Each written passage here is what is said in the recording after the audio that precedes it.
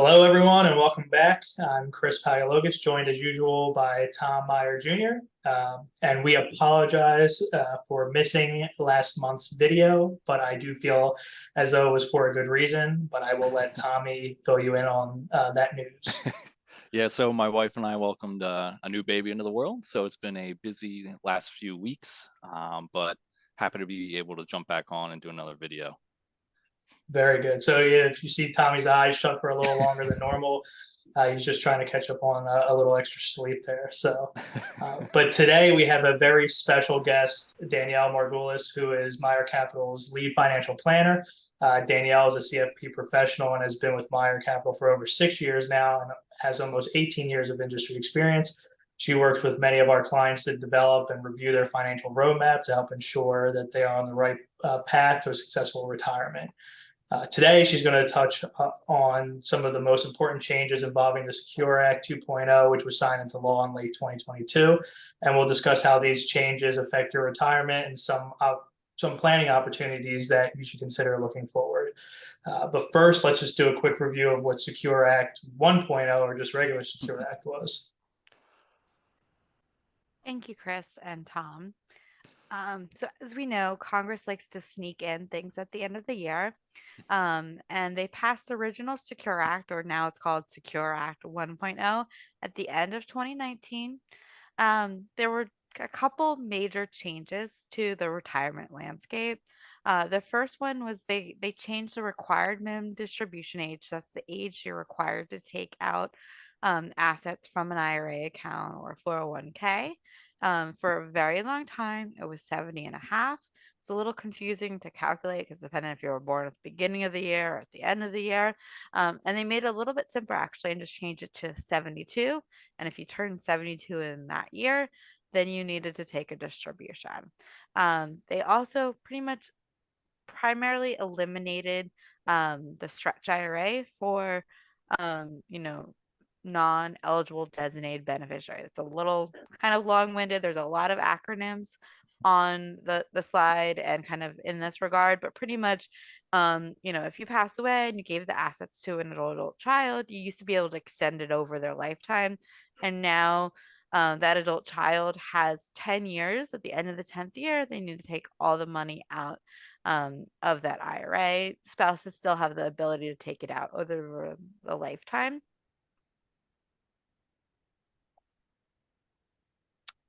So with Secure Act 2.0, there are over 90 different provisions that affect retirement accounts that span across 5 years. But for your sanity and ours, Danielle is only going to focus on the major changes that are in effect for this year and 2024. And we're planning on doing the changes for later years in another video. So Danielle, if you want to jump in here. Sure, Tom. So they changed the RMD age yet again. With this law, it was changed to 73.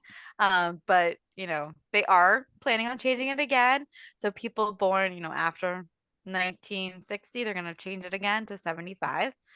They also had more opportunities to do Rothification. So it's pretty much paying taxes now.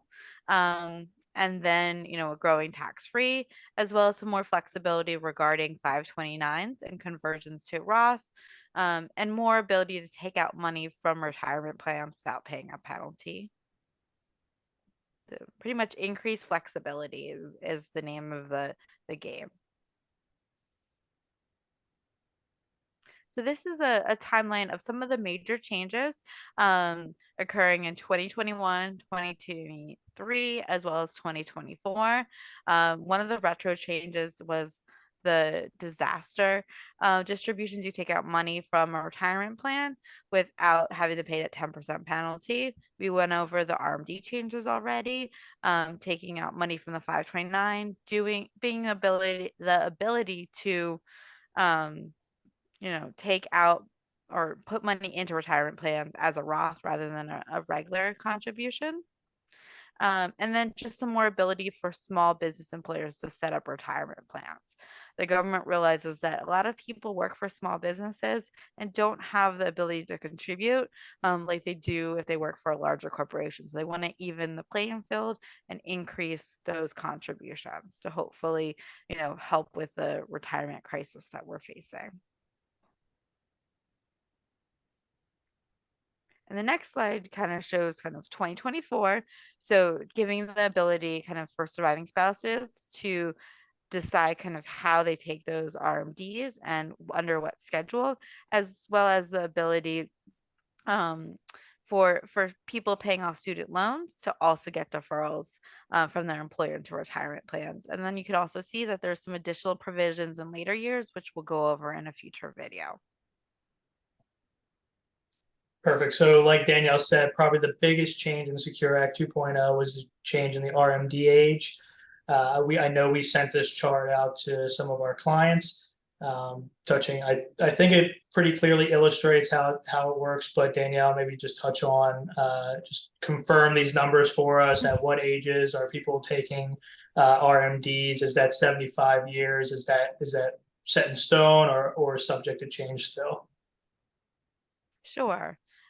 So for those who turned 70 and a half before 1950, they had to already start those distributions, and then 1950 or later at 72, and then 51 to 59 at 73, and then there is going to be kind of a little bit of a gap because people born in 1960 get the benefit. They get those 2 additional years. That was a good year, I guess, to be born.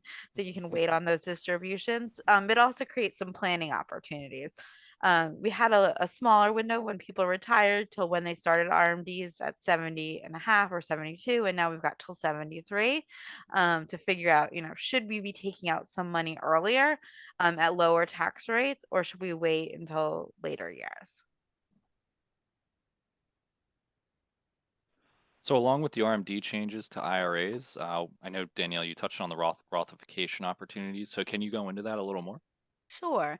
So previously, before the Secure Act, if a small business had a SEP or a simple IRA, so they're just retirement plans for small businesses, there was no option to put in an after-tax contribution or a Roth contribution. This new law allowed it. It actually started in 2023, so pretty much as soon as the law was passed, the next year, 2023, you could put it in. But right now, we're still waiting on those custodians as well as those plans to make those changes. And we'll see that with more and more plans. So right now, that change also impacted employer contributions. So a lot of times, an employee puts in money, they get a match from their employer. They could put in that money after tax, but the employer money always had to go in before tax. Now the employee has the option to pay taxes on that contribution, but they have to be fully vested, and they have to be matching, and they have to be non-elective contributions. And there has to employer can't just put in a contribution with no counterbalance from the employee. So we're going to see a lot more Roth abilities because the government likes to know what revenue and money is coming in now, especially kind of with the increased deficit. They want to increase that cash flow to help pay the bills. Gotcha. So the RMD penalty was 50%, which is really, really steep. We always tried to make sure that the RMDs went out on time for clients. And we still will continue to do that for our clients, but the penalty is not as bad now. It's maybe 25%. But we kind of think, and a lot of people, other experts agree that before hardly anyone had to pay that 50%, but now the penalty is not as steep. More people are probably going to be subject to it in less exceptions. And if you figure out you've made a mistake and refile timely, and that means within that 2-year period when the taxes were due, or before you get a notice from the IRS, or when the IRS gives you that estimate for the taxes due, that penalty will only be 10%.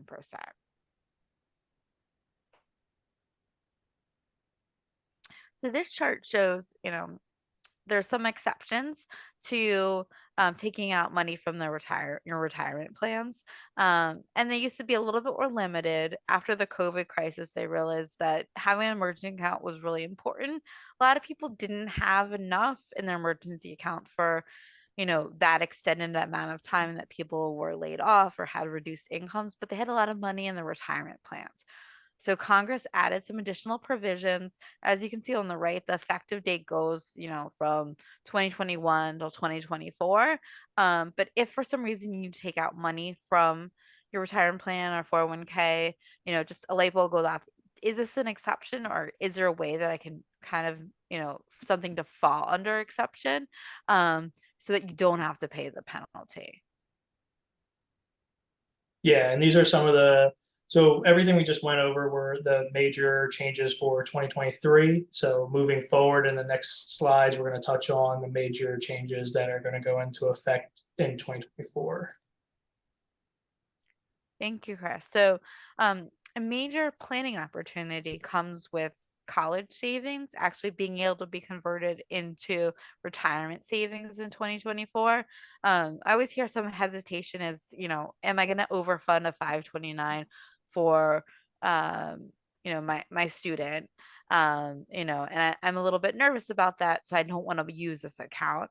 Starting in 2024, if the account's been established for at least 15 years, um, and that beneficiary is earning assets, they can move up to that, whatever their Roth contribution is per year. So for this year, 6,500, move it over from the 529 to a Roth, but there's a maximum of 35,000 per beneficiary over their lifetime. So that essentially means it's going to take multiple years to move money from the 529 to the Roth. But this is really important to say, okay, maybe we should start opening up a 529 for, a young child like Tommy's, new little baby, to start that 15-year clock. Just in case. The only thing is, I wouldn't plan too much because the law may change, because 15 years is really far out. But it's good to know. And hopefully it will increase college savings. Another change that happened in 2024 is Congress realized, okay, regular Roth IRAs are a little bit different, and they don't require required minimum distributions. So let's make Roth 401ks and Roth 403bs the same and not have a required distribution. As a result, we'll see probably more people maintaining their employer plans for longer when they retire. Before, most people automatically moved it over to a Roth, and self-managed, or had someone manage their assets. It may be more prudent to keep it in their employer plan now, because they don't have to take those distributions. So let's jump into the surviving spouse beneficiary changes. Danielle, what can you tell us about this? Sure, Tom. So a change is going to happen in 2024. If the if someone loses, their spouse, they had a couple options before this year. One option was, to keep that account as inherited beneficiary IRA and take distributions, or they could kind of claim it as their own and take distributions based upon their life expectancy, and their age. And then starting next year, they'll have the option to take, that account and keep it as their deceased spouse. So say you have, someone who's 80 and they lose a spouse who is 60, they can wait those 13 additional years until they would have been 75 to start taking those distributions, rather than starting immediately. So it's going to be really important, kind of, if this happens to a client, kind of for them to speak to their advisors to make sure they're doing the option that makes the most sense for them at that time. Going to be a lot of planning opportunities around this one. Yeah, absolutely. And then there's some additional ways to save. So the government definitely really wants to increase the ability to save and save for retirement. And as we all know, kind of inflation has definitely impacted us all. This is one way that it may be beneficial, that you'll have the ability to save more, save more into retirement plans as well as IRAs, and that's going to be indexed every single year, rather than more in like even segments of $500, $1,000, and then qualified charitable distributions. It's been 100,000 for a max contribution for many years, and now it's going to start getting increased for inflation. You have the ability in simple IRAs to increase that catch-up contribution by 10%. And then if you have an income greater than 145,000, and that is actually per person, not kind of the total income, those additional catch-up contributions over age 50 will now be required to be made as a Roth contribution. So after taxes, some plans now don't have that Roth option. So you're going to see more and more plans with that option. If they don't include that option, that means knowing even, say you make 50,000, you will not be able to make that catch-up contribution. And then the government realized a lot of people have student loans and they're not saving enough for retirement because they're paying off the student loans. So the idea is you pay off your student loans and that will count as your contribution, and you can get an employer match into your 401k or retirement plan for that contribution that was made. And then again, kind of going along, everyone needs an emergency account. Some of retirement plans will have the option for an emergency savings that will be on top of that contribution that you can make into the retirement plan. And that'll be 2,500 and treated like a Roth IRA. So really just expanding on the idea of more Rothification, like Danielle said, government wants their tax money sooner than later. With tax rates as low as they are now, it makes sense to kind of pay those taxes up front for the benefit of kind of tax-free growth. Yes, and that is a great segue into kind of some action steps that you can take kind of with the government wanting tax rates potentially going up soon. Right now we're kind of in a window for the next 3 years until the end of 2025. We're in, we know what the tax rates are going to be, but after they may revert back, the standard deduction, if it does, will be lower.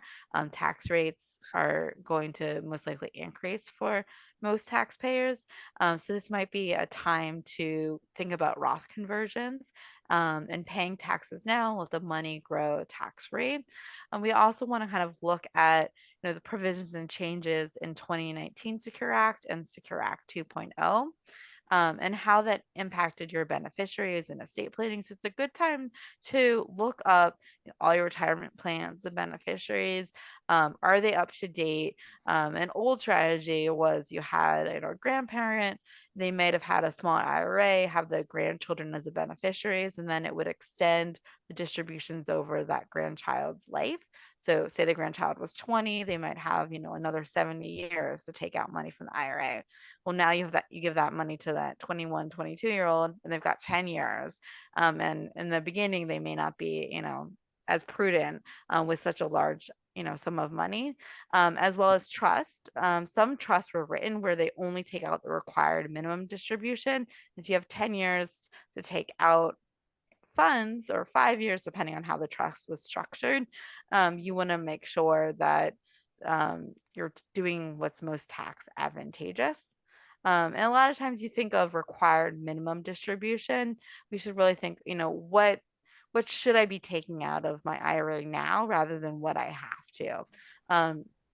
For people 65 and over, they probably realize, their income impacts their Medicare Part B premiums and Part D. So there's some planning that can be done, in prior years before the requirement distribution age to make sure that they all of a sudden their premium doesn't, increase or quadruple from what it is now, by, taking some distributions out before they're required to. Yeah, so thanks, Danielle. I mean, we don't really expect everyone to remember every one of these changes.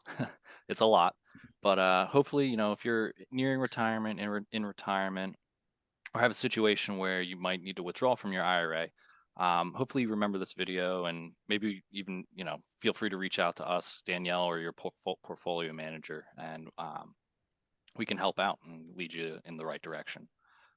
So we want to thank you all for watching our video. And of course, a big thank you to our special guest, Danielle. Thank you. Thank you.